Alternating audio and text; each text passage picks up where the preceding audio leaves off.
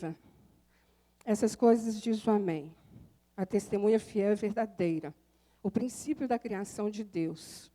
Conheço as obras que você realiza, que você não é nem frio nem quente. Quem dera você fosse frio ou quente.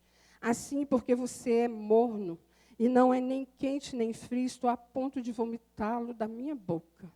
Você diz, sou rico, estou bem de vida e não preciso de nada. Mas você não sabe que é infeliz, sim, miserável, pobre, cego e nu. Aconselho que você compre de mim ouro refinado pelo fogo, para que você seja, de fato, rico. Compre vestes brancas para se vestir, a fim de que a vergonha de sua nudez não fique evidente.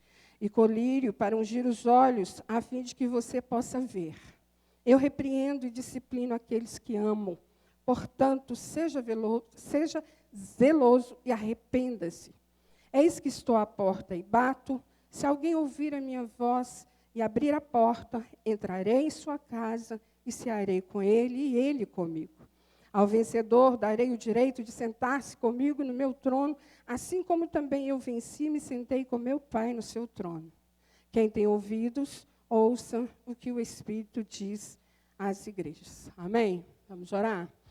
Senhor, nós te louvamos pela oportunidade, mais uma vez, Pai, de ministrar a Tua palavra. Deus, nós cremos na Sua presença real aqui, no Teu Santo Espírito. Te pedimos, Pai querido, em nome de Jesus, que o Senhor possa ministrar ao coração de cada um dos seus filhos nessa noite, Deus querido. E que sejamos, sim, Deus, confrontados à Tua palavra, a viver a prática que o Senhor nos ensina. Porque nós nascemos, Deus, para o louvor da Tua glória. E que essa verdade se cumpra em nossa vida, Deus querido, no nome de Jesus. Amém? Glória a Deus. Apocalipse, revelação, né?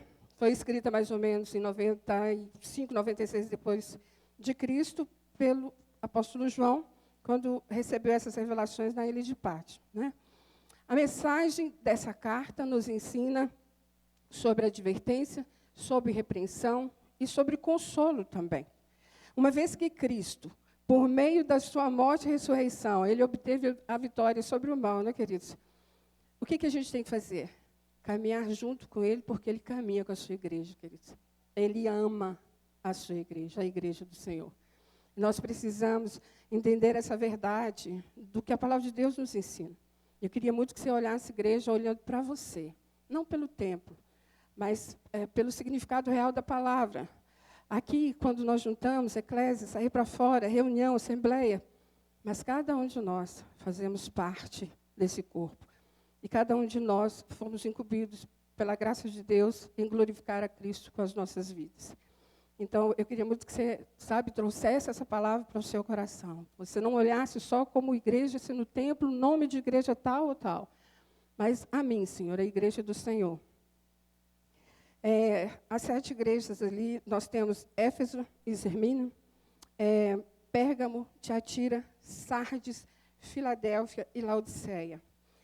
Esmirna e Filadélfia, elas não foram repreendidas, né? Elas tiveram ali um consolo. Jesus fala com elas, olha, seja fiel até a morte. E com a outra, conserve o que você tem. Mas Sardes estava muito parecido com Laodiceia. Porém, havia ali poucos que ainda estavam permanecendo. E aí, então, Jesus fala com eles o quê? Fortaleça aqueles que estão lá. Mas para todas essas igrejas, queridos, o Senhor deu promessa. Ao vencedor, não é isso? Aquele que vencer vai estar com Cristo, caminhando com Ele, junto com Ele, vivendo com Ele. E isso é para a igreja do Senhor Jesus. Então, essa carta foi para a igreja da época e é para nós hoje também. Então, amados, no Evangelho de Marcos, ali no capítulo 1, no versículo 15, fala assim, olha, o tempo está cumprido e o reino de Deus está próximo. Arrependam-se e creiam no Evangelho. Todas essas 5 cartas vão falar sobre arrependimento. Arrependa-se, arrependa-se. Né? Seja zeloso, arrependa-se, toma o caminho de volta. E o que eu quero falar com vocês hoje, agora, a mesma coisa pela manhã. Nós falamos sobre arrependimento, sobre o que é se arrepender. sobre o significado da palavra. Quando nós vimos na palavra no hebraico lá, a pronúncia certa eu não sei, mas a palavra escrita é shuv, que quer dizer retornar, voltar-se. Né? Ela é usada para descrever ali quando alguém abandona o caminho de pecado e se volta para Deus. E um exemplo é em Jeremias, ali, quando o povo de Israel está em pecado, está em iniquidade, está desobedecendo. E aí, Jeremias 3, do 12 ao 13, ele fala assim: volte, ó Israel, reconheça a sua iniquidade. Por que Deus fala isso, querido? Por que Deus quer que a gente reflita e viva, de fato, um arrependimento? Porque, amados, Deus não tem prazer em nos punir, nem nos castigar, não. Lembra que a Bíblia diz que Ele decidiu nos salvar porque Ele nos ama. E esse Deus que nos ama, Ele chama a atenção da sua igreja para caminhar nessa verdade de amor.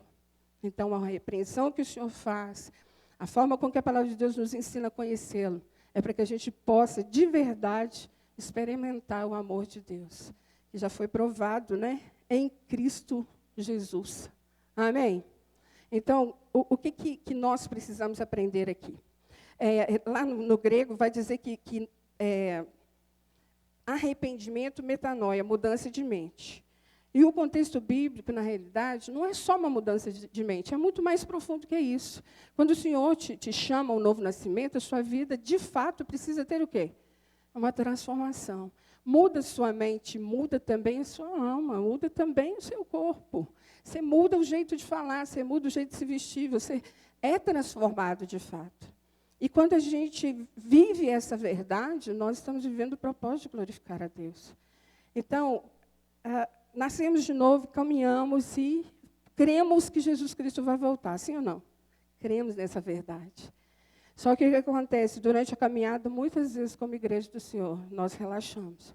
Nós deixamos de focar na verdade que a palavra de Deus nos diz. Como o pastor disse aqui, há 2000 anos, será que volta mesmo? Ele é fiel para cumprir a sua promessa, ele disse que volta.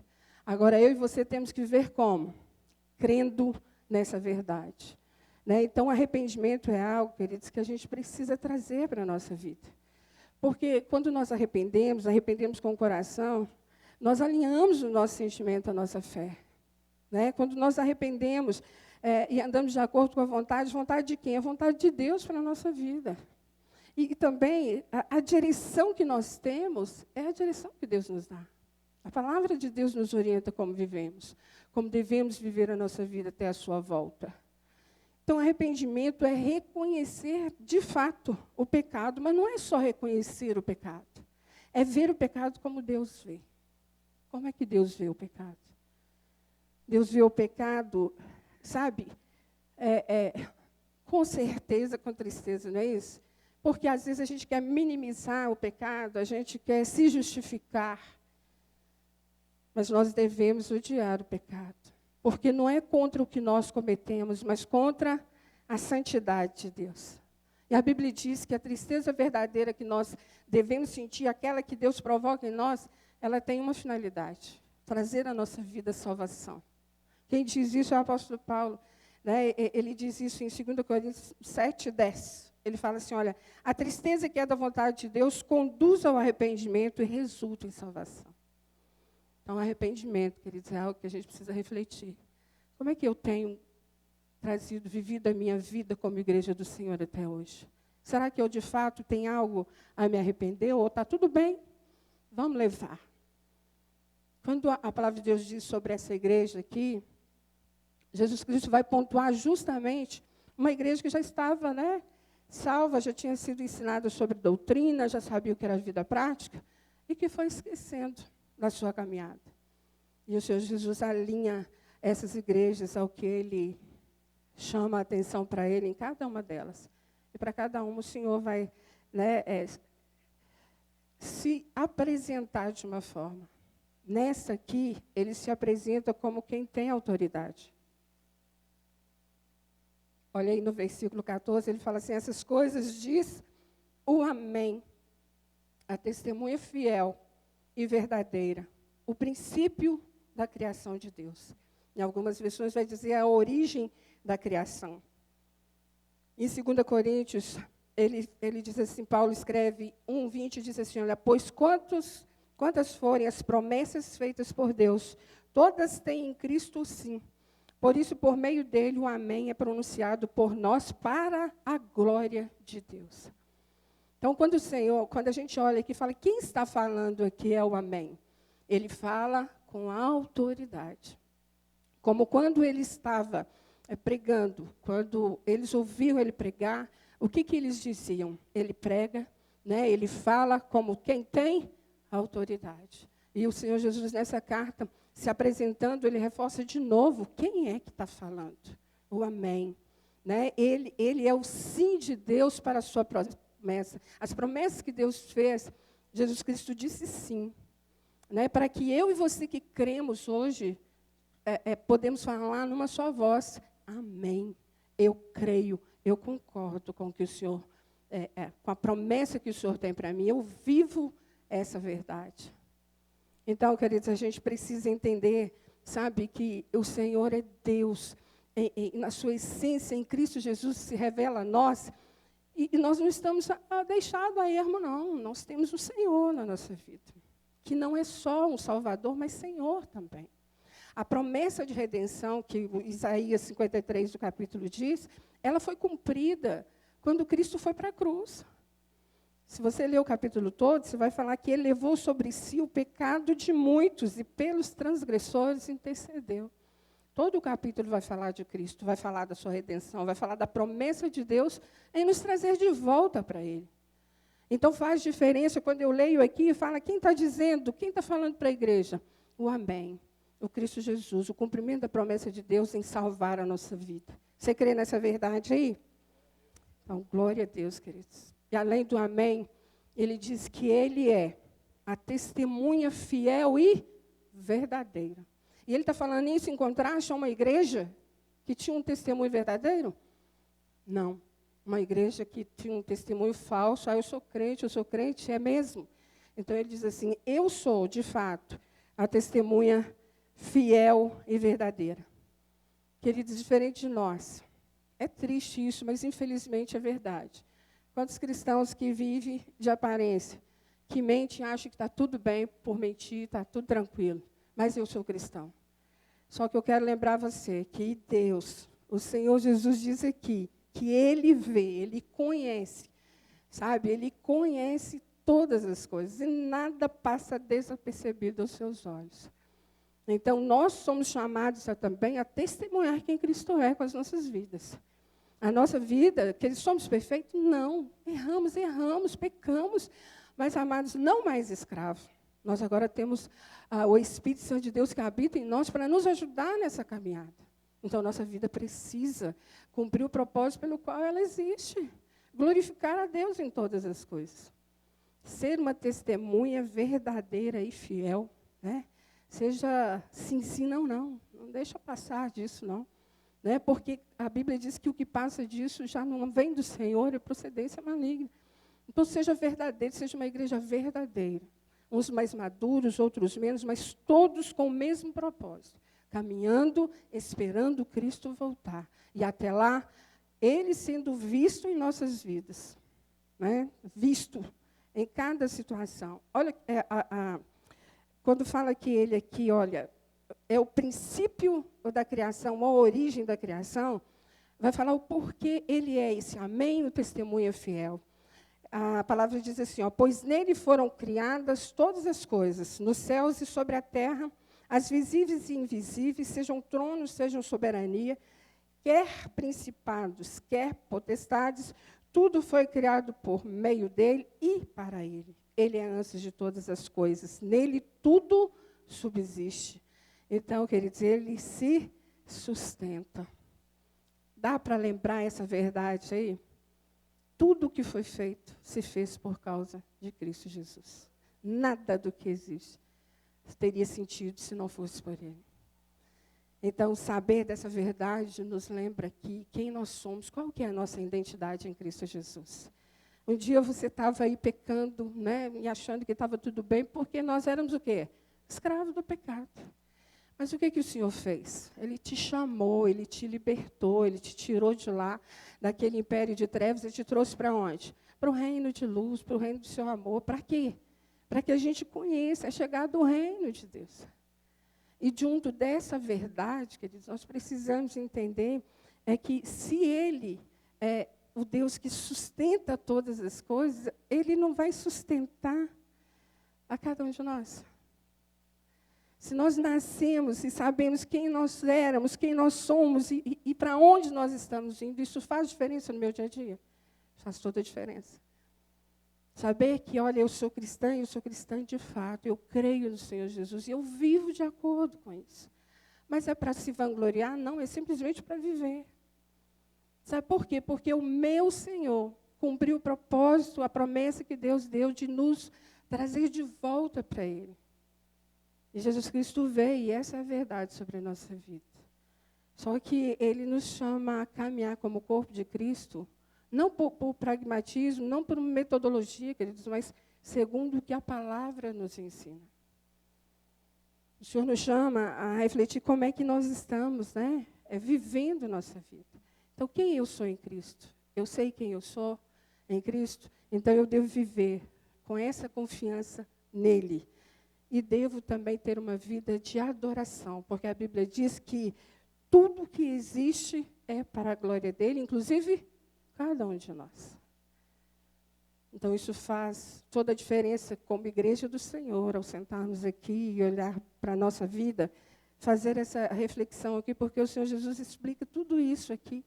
Do versículo 15 ao 17, ele vai revelar a condição espiritual daquela igreja. Qual era? Uma igreja que estava falida, né, queridos? Espiritualmente falida. Conheço as obras que realiza, é morno. Você diz, sou rico, mas você não sabe que é infeliz, miserável, pobre, cego e nu. Então, amados, Jesus conhece as obras que nós realizamos. E aí eu quero lembrar, queridos, que obras não é o que nós servimos apenas na igreja. Não é ser do diaconato, não é ser pastor, não é estar na portaria. Tudo isso nós fazemos porque entendemos que somos servos voluntários e servimos para a glória de Deus. Mas as obras as quais o Senhor fala aqui é a vida prática que nós vivemos. É o nosso estilo de vida, uma vez que eu professo que Cristo é Senhor da minha vida. Né? E entre essas situações é como eu convivo com a minha família. Como é que é o estilo de vida do dia a dia? Como que eu convivo com os irmãos em Cristo, na comunidade de fé? Como que eu convivo no meu trabalho, na escola, os meus vizinhos? Será que aqueles que vivem comigo podem dizer que eu sou a mesma pessoa que eu sou aqui na comunidade? Eu também sou na minha casa, eu também sou no meu trabalho. Será que a minha vida, o Senhor pode olhar e falar, eu tenho conhecido as suas obras? Como é que tem sido o nosso estilo de vida diante do Senhor? Até hoje, de manhã eu falei, uma pessoa falou assim, olha, foi interessante eu ter ouvido isso, porque até então, para mim, a obra sempre estava associada ao quanto eu deveria fazer e estar servindo na igreja. E isso me incomoda muito, porque, de repente, se eu não faço nada, eu penso, como é que o Senhor está me vendo? Aí eu te digo, adianta você fazer a obra aqui, mas não testemunhar Cristo lá, na sua casa, na sua família, no seu trabalho, nas pequenas coisas, queridos. Então, a obra pela qual o Senhor Jesus está falando com essa igreja aqui, olha, eu conheço essas obras. E sabe o que ele identifica lá? Ele identifica uma mornidão. Não é quente e nem frio. Mornidão pura. E por que Jesus fala dessa mornidão? Porque a cidade de Laodiceia não tinha fonte própria de água. Ela recebia água por meio de aquedutos, tanto da cidade de Herápolis, que ficava a quase 10 quilômetros dela, quanto Colossos, que ficava a 16. Então, o que acontecia? A água fria de Colossos, água quente de Herápolis, num aqueduto. Quando chegava em Laodiceia, como é que essa água chegava? Morna. Você já tomou água morna? Não é? Não dá náusea? Não dá vontade de vomitar de fato? É disso aqui que Jesus está falando. Sabe, a água que chega ali em Laodiceia é a água morna. Mas Jesus usa essa metáfora justamente para ilustrar a vida espiritual dessa igreja. Às vezes você fala assim, nossa, ser frio, ser frio. O que é ser frio? Tomar uma água fria não sacia a sua sede? Não é bom? Não refresca? A água de Herápolis era famosa por ser uma água quente, curativa, com poder curativo de cura. Quando Jesus faz essa associação, é que ele está falando que eu e você devemos ser frios ou quentes no acolhimento, né, na nossa vida, no acolhimento à igreja do Senhor, aos irmãos, a vida que você tem do dia a dia, diante das suas obras. Ou você crê e vive essa verdade, não é isso? Ou então, queridos, ele vai vomitar, que é o que ele diz aqui. Os crentes dessa cidade aqui, dessa igreja, eles eram crentes, o que a gente chama de nominais. Quantas pessoas você conhece que fala para você que é crente? Eu sou crente, sim, mas ele vive conforme a palavra de Deus, ele crê conforme a palavra de Deus, ele procura viver essas verdades. E, de novo, eu estou lembrando que eu não estou falando de perfeição. Eu estou falando da instrução que a palavra de Deus nos dá em relação a tudo na nossa vida. Porque esses crentes aqui, eles não eram hostis ao Evangelho, eles aceitavam o Evangelho. Só que eles também não viviam esse Evangelho. E eu dei exemplo de uma pessoa que eu estava atendendo, que ela dizia que era cristã, e todas as propostas que eu fazia para ela, né, de melhorar a situação, ela virava para mim e falava assim, mas é difícil. E eu disse para ela, tá, mas você não crê? Aí, creio. Você ora? Oro. Você lê a palavra? De vez em quando. Você está congregando? Você está indo para a comunidade, ter comunhão? Muito de vez em quando. Entende, queridos? Não rejeita o Evangelho, mas também não vive o Evangelho. E é isso que estava acontecendo lá. E é isso que nós temos que ver se na nossa vida também está assim. Nós precisamos trazer essa verdade da palavra de Deus para a nossa vida. Porque a palavra de Deus, ela é lida contra nós mesmos. Não é para a vida do outro e do outro, não. Nós somos a essência ali, que é a palavra de Deus para a nossa vida. E a questão da mornidão aqui, ele está falando, sabe, dessa vida, dessa rotina do tipo assim, vou, né? Vai no culto? Vou. Tem PGA? Tem, né? Tá. O orgulho, sabe, a religiosidade. Hoje é culto de Santa Ceia. Esse eu não posso perder. Por quê? Os outros podem? Os outros cultos não são importantes? Não, o da Santa Ceia eu não posso perder de jeito nenhum. Sabe, amados, é isso. Uma vida de obras, né, mornas. O Senhor Jesus fala, sabe, de uma forma repulsiva. Ele fala sobre, olha, estou a ponto de vomitar. O que ele espera de mim, de você? Você crê no Evangelho? Viva de acordo com ele. Viva a verdade proposta do Evangelho. Dê testemunho dessa verdade. Glorifique o Senhor, cumpra o propósito pelo qual você nasceu. Como igreja do Senhor, amados, nós estamos numa comunidade. Nós temos aqui projetos. Sabe, a igreja do Senhor Jesus aqui tem o PG, para que cada um possa engajar no PG. 10 PGs. Tanta gente que deixa de ir e às vezes pode estar em algum deles. Nós sabemos que tem pessoa que estuda, que tem pessoa que trabalha, tudo bem. Mas a questão é, e aqueles que não têm nada assim que possa impedir de ir? Por que não está? Se a proposta é crescimento, queridos, maturidade. No PG nós podemos tirar dúvida, no PG a gente pode conversar mais, né, de uma forma mais explicativa, que às vezes não dá para fazer no culto. Né? E você conhece o irmão, e você ora junto pelo irmão, e você fica sabendo um pouquinho da necessidade dele, e você é tocado para, de alguma forma, fazer alguma coisa também. E a proposta é essa. nós precisamos estar atentos a como é que nós estamos conduzindo. Será que nós caímos aí na mornidão e estamos levando de qualquer jeito? Hoje é culto. Não, hoje eu não vou, não. Mas tem culto quinta. Não, quinta, mulher, não, mulher só velha. Homem, não. Será, queridos? Quando está sendo ministrado aqui, não é a palavra de Deus. Ela não serve para a nossa edificação. Ela não nos exorta, não admoesta, mas ela também não consola, ela também não edifica. Então, nós precisamos prestar atenção como é que nós estamos, né, conduzindo a nossa vida. Como é que a gente está levando? Será que Cristo está a ponto de vomitar?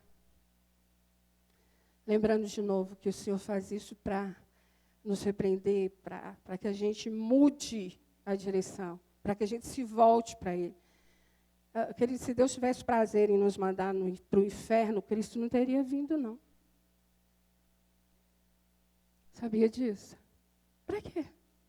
É só, já está tudo condenado. Mas o que ele fala diante da queda do homem? É que da semente da mulher, não é isso? E viria aquele que haveria de salvar. É nessa verdade, é a promessa dele. Cristo é esse cumprimento da promessa aí. A gente precisa entender isso, que a nossa vida foi transformada por Cristo. E nós precisamos viver de acordo com essa transformação. Né? Para a gente não ser nominal apenas. Eu tenho simpatia pelo Evangelho. Não dá para ter simpatia, queridos. Um dia nós vamos estar diante do Senhor. E aí, né, já será tarde demais. O tempo de decidir é agora. Outra coisa que Jesus Cristo nos mostra aqui na sua palavra é que essa igreja, ela vivia de ilusão, né? Autossuficiência. Uma igreja iludida. Laodiceia, a cidade era famosa por ser próspera e ter um centro bancário muito próspero também. Ela era famosa pelas suas lãs, que era lã preta, muito cara, muito boa, que era feito tecidos tanto para roupa quanto para tapetes. E era mais famosa ainda pela escola de medicina que ela tinha, já avançado. Ela desenvolveu um produto medicinal chamado como pó frígio, que misturado ao óleo, ele formava uma pomada que trazia cura para os ouvidos e também fazia colírio para os olhos. Entende? Em que contexto a igreja de Laodiceia está? Numa cidade totalmente bem financeiramente, em todos os sentidos. Tanto que no ano 60, 61 depois de Cristo, tanto ela quanto as cidades próximas sofreram um terremoto. E o imperador se prontifica a ajudar a reconstruir a cidade, mas Laodiceia não precisou. Ela falou assim, olha, eu sou rico, é o que Jesus fala aqui, não preciso de nada, nem de ninguém. E a premissa do Evangelho é essa, que diz que a gente seja autossuficiente, que a gente não precisa de ninguém. Nós nascemos para viver sozinhos e ser senhor da nossa vida, do dinheiro que eu tenho, da condição financeira que eu tenho. Não é. E é disso aqui que Jesus fala, sabe? Nessa vaidade toda, eles mesmos reconstruíram Laodiceia pela posse financeira, pela condição boa que eles tinham lá. Só que isso deixou com que a cidade ficasse toda pomposa. E a igreja que está inserida nesse contexto achou também que ela podia ficar tranquila. Afinal de contas, eu pertenço a isso tudo aqui, posso viver dessa forma. E Jesus fala assim, não, você está enganado. Você é infeliz, miserável. Né? O Senhor vai dizer aqui que ela é pobre, é cego, é nu. E por que Jesus está falando isso? Porque a igreja se achava muita coisa, sabe? Melhor do que todos. E não é essa a finalidade, queridos. A igreja é chamada para andar em humildade, como Cristo nos ensinou. Em amor, em viver essa realidade, nos mínimos detalhes. Olha, entender essa verdade é muito importante.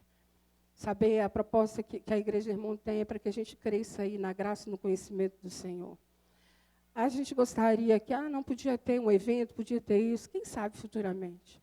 A primeira proposta que a igreja tem, na pessoa do pastor Glaico, passando sempre para nós, é procure um PG, procure crescer, se envolva.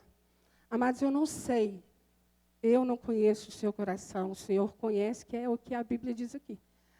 E eu não sei se passassem um telão aqui, pudesse aí iluminar o pensamento de cada um. Ah, eu não gosto, porque lá não tem nada, é porque não tem evento, é porque não tem isso, não tem aquilo. Ah, eu não gosto do jeito que fala. Ah, mas você está aqui, plantado aqui, tem um propósito de Deus para a sua vida aqui. Se um dia você buscando no Senhor e Ele disser, olha, o seu tempo aqui não é mais necessário, pode ir para outro lugar. Vá em paz.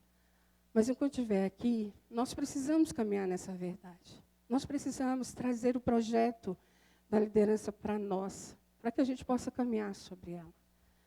E quem sabe futuramente vão vir outros eventos, outras coisas. Por quê? Porque Deus coloca no coração o projeto, a proposta que Ele quer para a igreja dele.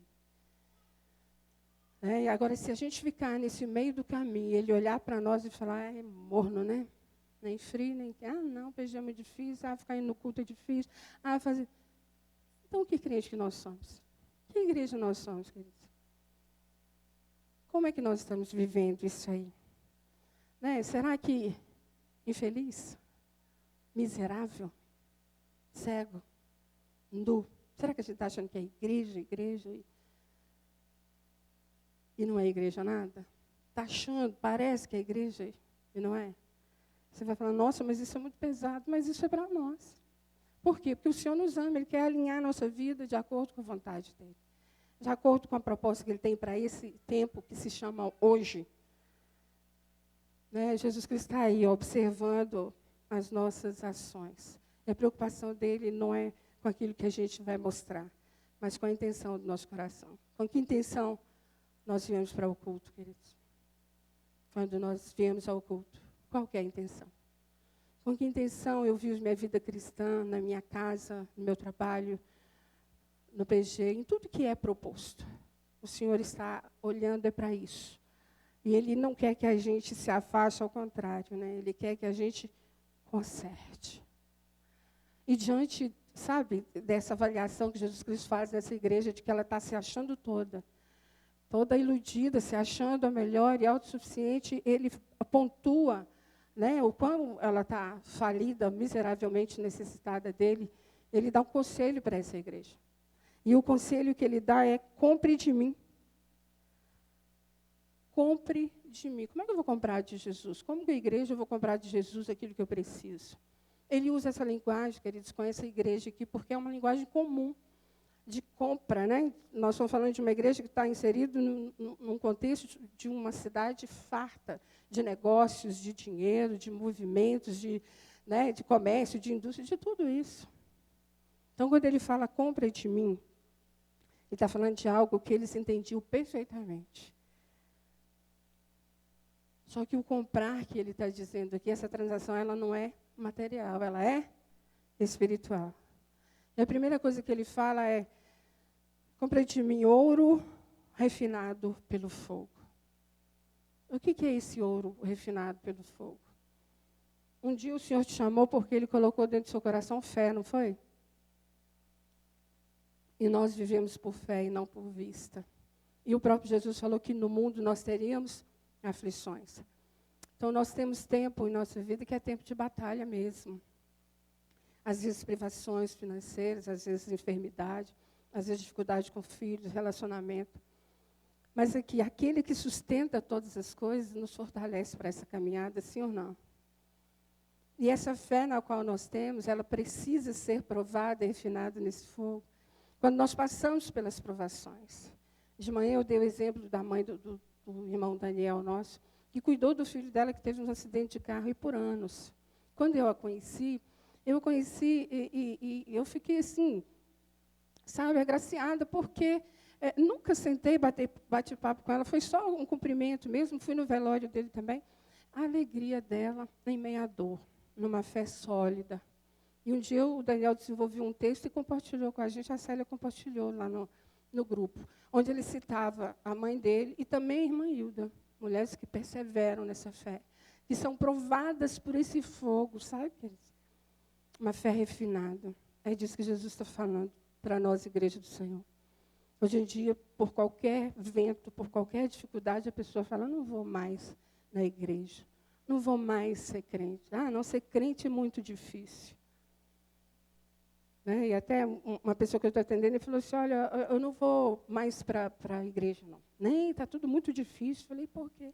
Nada de bom acontece. Falei, querido, você não está vivo? Você não está respirando? Você está trabalhando? Você está saudável? O que de bom que você queria que acontecesse? Uma pessoa que você está esperando, tudo bem, é legítimo, olhe por isso, mas... Então, eu vou para a igreja porque eu espero alcançar. Mas é a essência de quem Cristo é. É isso que precisa, queridos. Nós precisamos entender esse amém. Sabe, esse Cristo que se cumpriu na promessa e veio nos trazer de volta para o Pai. E nós já cremos e já vivemos em parte esse reino, essa verdade. E viver isso faz toda a diferença. Então, Jesus fala assim, olha, sai do seu orgulho, da sua autossuficiência e compre de mim.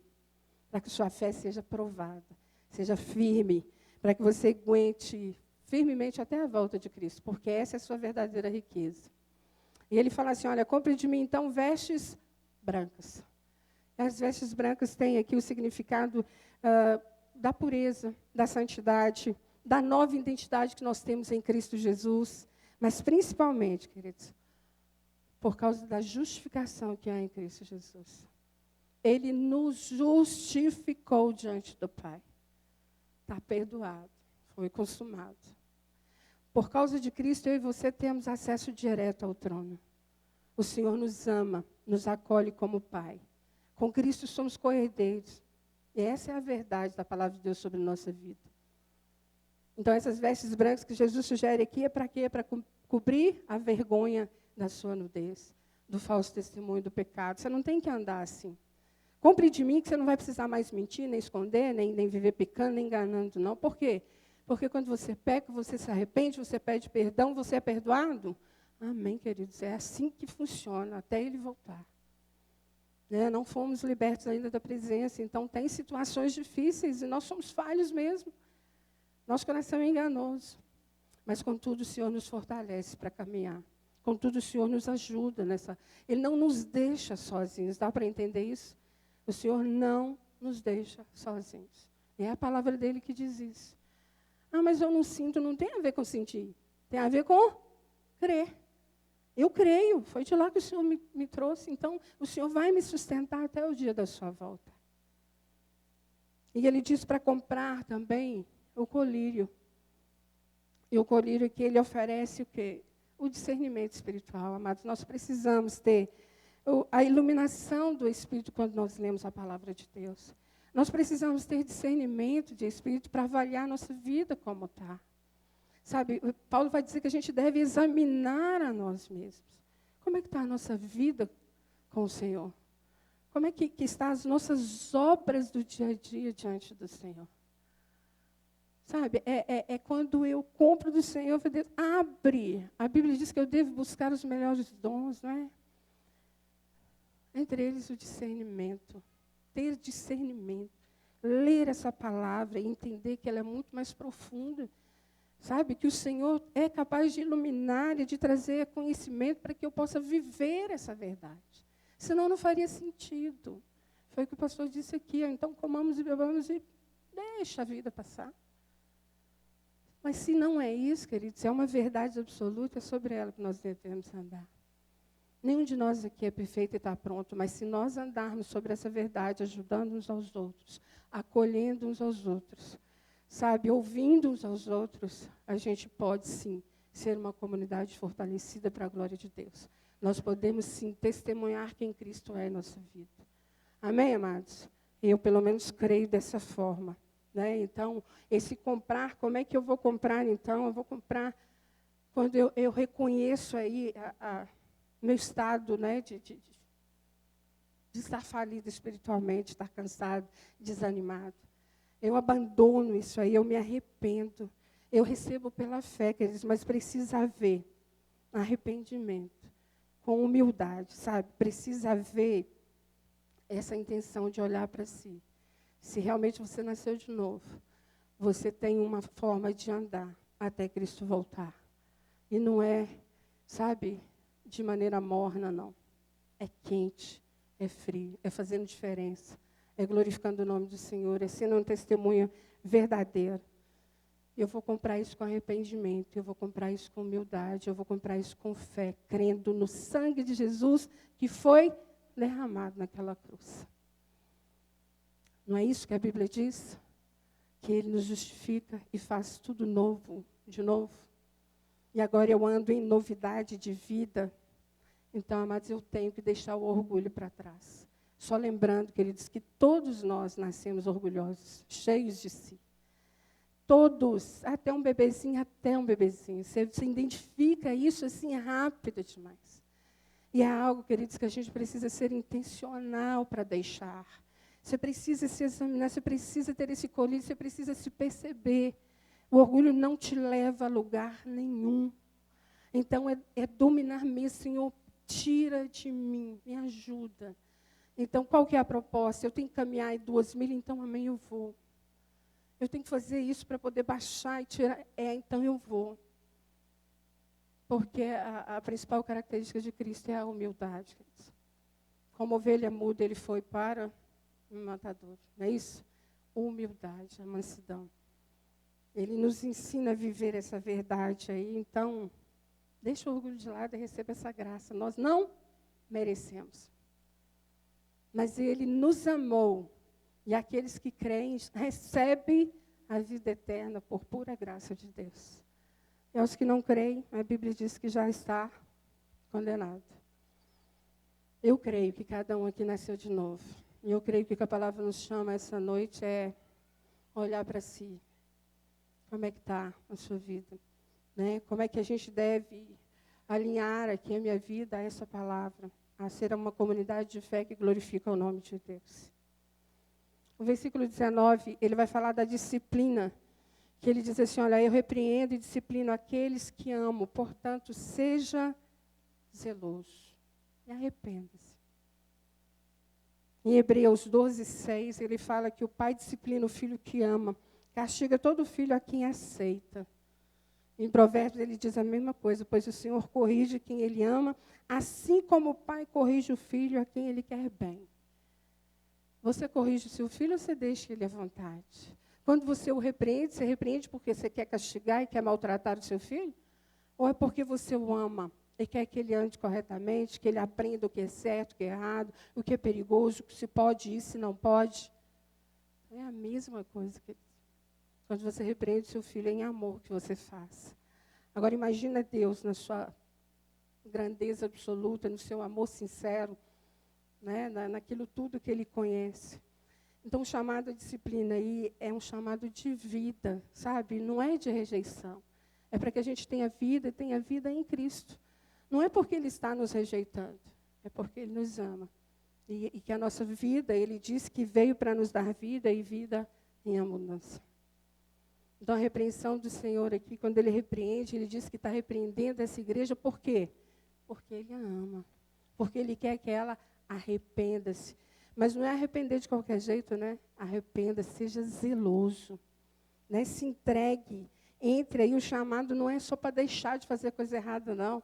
É para poder voltar e voltar com alegria, com entusiasmo, sabe? Com coragem, com paixão. Totalmente entregue, com fervor. É isso que Jesus Cristo fala para eles aqui. Sabe, o Senhor nos chama aqui a um outro detalhe importante, que é o convite à comunhão. Sabe, é a comunhão de estar com Ele. É no versículo 20, quando ele fala assim, eis que estou à porta e bato. Se você ouvir e abrir, entrarei, cearei com Ele e Ele comigo.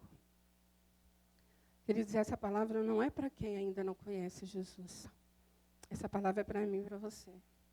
E eu queria muito que você pensasse e examinasse e olhasse bem o seguinte, se você soubesse que você está aqui sentado no culto, e se você soubesse que Jesus fala assim, vocês estão aí, mas eu estou aqui, ó, do lado de fora.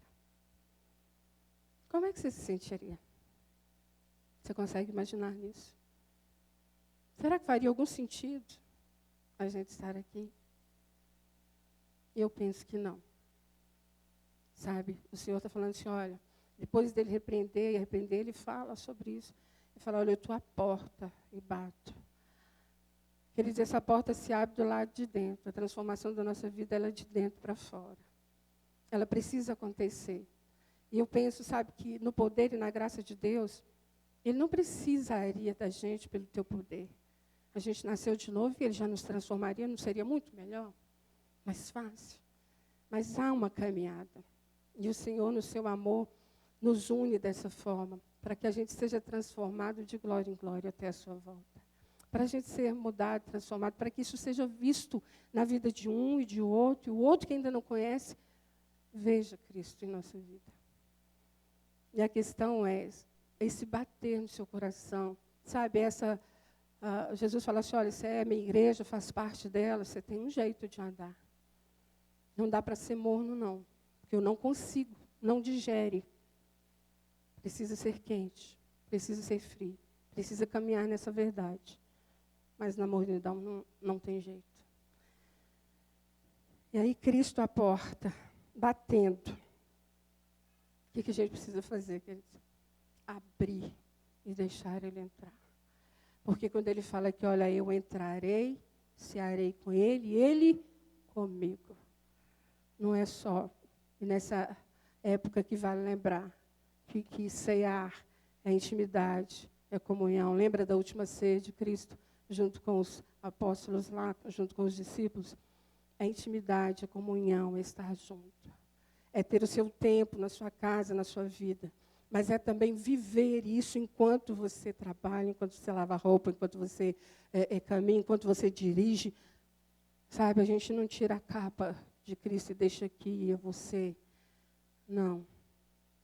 Vem comigo, Senhor, trabalha em mim. Muda o que precisa mudar, transforma a minha vida. Me confronta mesmo.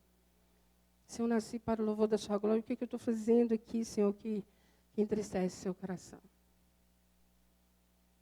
É fácil a gente acomodar, queridos, é fácil. Quantas pessoas você conhece? Olha, tem 20 anos, tem 30 anos, tem 40 anos de crente. Você vai ver ainda é uma pessoa endurecida de coração, uma pessoa que às vezes tem dificuldade com perdão, uma pessoa que quando o outro olha e fala assim, eu não quero ser crente igual essa pessoa. Né? Deus me livre, eu prefiro ser crente igual eu sou. E é muito triste você ouvir isso. Né? Então, esse Jesus está aí à porta. Né? O convite aí, ele é pessoal e ele é relacional. Né? É lembrar que é junto, em todo o tempo. Né? Paulo vai dizer que a gente deve estar falando com o Senhor em oração sem cessar em todo o tempo. E a verdade é, será que nós acreditamos nisso, que a gente está aí, né, vivendo? Será que a gente está acreditando que Ele está dentro e, de repente, Ele está fora? Você fala, nossa, é possível aqui. A palavra não muda, é possível sim.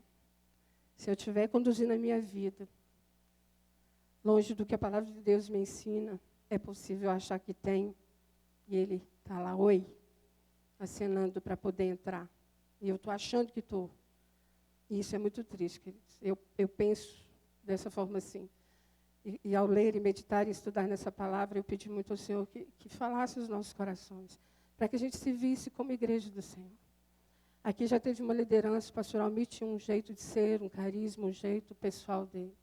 O Senhor o levou, o pastor Gleig ficou à frente. Não é fácil. Mas o Senhor tem trabalhado o coração dele também, dando propostas para caminhar. E ele não precisa caminhar sozinho. Nós somos a igreja do Senhor. Só que se eu começo a dizer, eu não concordo, eu não acho, eu não gosto, é o jeito. Para onde que nós vamos? Onde é que nós vamos chegar? Não é? Então, nós precisamos amar essa comunidade nesse sentido. Fala, por que eu não estou amando? Então eu vou lá no culto, só para olhar, mas não gosto. Não, queridos, como é que nós viemos para o culto? Como é que nós participamos do projeto que a igreja tem, de crescimento, de edificação de cada um? É acreditando junto, caminhando junto, vendo acontecer junto. No mais, o Senhor vai alinhando. Quando todos estiverem com o mesmo propósito, caminhando na mesma direção, eu tenho certeza que o Senhor vai dando as coordenadas como tem que ser. Amém, queridos? Glória a Deus. E aí nós temos no versículo 21, onde ele fala assim, ao vencedor, a promessa. Ao vencedor darei o direito de sentar-se comigo no meu trono, assim como também eu venci e me sentei com meu Pai no seu trono. Então, queridos, de morno, sabe? Há vencedor. Por quê? Porque ele falou assim, olha, arrepende. Seja zeloso. Se volte. Né? A todas as igrejas ele deu promessa. Se fosse para acabar com as igrejas, não tinha promessa aqui. O que ele espera, então, que as igrejas façam? Arrependa-se e se volte para ele. Porque a promessa é reinar com Cristo, junto com o Pai. Onde foi muito bem falado aqui, não haverá mais choro, nem dor, nem tristeza. E a Bíblia diz que o Senhor ainda colherá dos nossos olhos cada lágrima. Você consegue lembrar dessa verdade? Você consegue se alegrar nela? Eu sei que quando a gente analisa humanamente, a gente pensa em morte, a gente pensa em dor, em separação das pessoas que a gente ama. E, de fato, o pecado fez isso e é doloroso. Mas quando nós aprendemos a olhar para Cristo, isso fica secundário. Por quê? Porque se você for, você já está com Cristo e vai desfrutar de toda essa verdade. Mas até lá eu vou viver um dia de cada vez para a glória do Senhor. Para que Ele seja visto. Né? Para que eu cumpra o propósito no qual eu nasci, que é a glória dEle. É viver essa verdade. É muito fácil se perder, queridos. A oferta do sistema do mundo, ela é farta. E cabe nós dizer não, ouvir o Senhor bater, abrir a porta e alinhar a vida, né, junto dEle. Eu queria terminar essa aplicação dizendo o versículo que fala em Hebreus, que fala assim, olha, se hoje, se ouvirem a sua voz, não endureça o coração, como foi na rebelião. Né? Não puderam entrar por causa da sua incredulidade. Então, eu creio que hoje a palavra de Deus está aqui. O Senhor falou aos nossos corações. Mas se você endurece o seu coração, você vai embora da mesma forma, ou até pior do que você veio. Mas se você ouviu essa palavra, você vai examinar a si mesmo. Vai abrir o teu coração e falar, Jesus, pode entrar. Como é que eu posso ser melhor na igreja, na comunidade de irmão? Como é que eu posso ser melhor na minha casa? Como é que eu posso ser melhor como esposa, como marido, como filho? Como é que eu posso glorificar o teu nome? O que o Senhor precisa trabalhar em mim aqui? Eu não quero ser vomitada pelo Senhor. Eu quero ser renovada pelo Senhor. Eu quero ser restaurada, que é a proposta da sua palavra. Ser zeloso, arrependa-se, para que eu possa desfrutar aí, né, dessa promessa do Senhor. Então, só para resumir aqui, queridos, quem fala, fala com autoridade. Não é qualquer pessoa, é o próprio Cristo quem está falando. É o amém. Ele deixa claro que ele conhece a situação espiritual de cada um. Não adianta meias palavras. Não adianta meias verdades. O Senhor conhece a intenção do nosso coração. E Ele revela essa intenção. Porque Ele fez isso para essa igreja. Você está aí autossuficiente, se achando muito boa, tudo, mas aqui você é miserável, infeliz. Ele conhece. Só que Ele não faz isso para ir lá e humilhar. Ele faz isso para quê? Para que ela desperte e compre dele aquilo que de fato tem valor. É o conselho que ele dá para essa igreja. É o conselho que ele nos dá também. De que nós estamos precisando comprar? O que nós estamos precisando buscar em Cristo pelo sangue que ele já derramou pela nossa vida?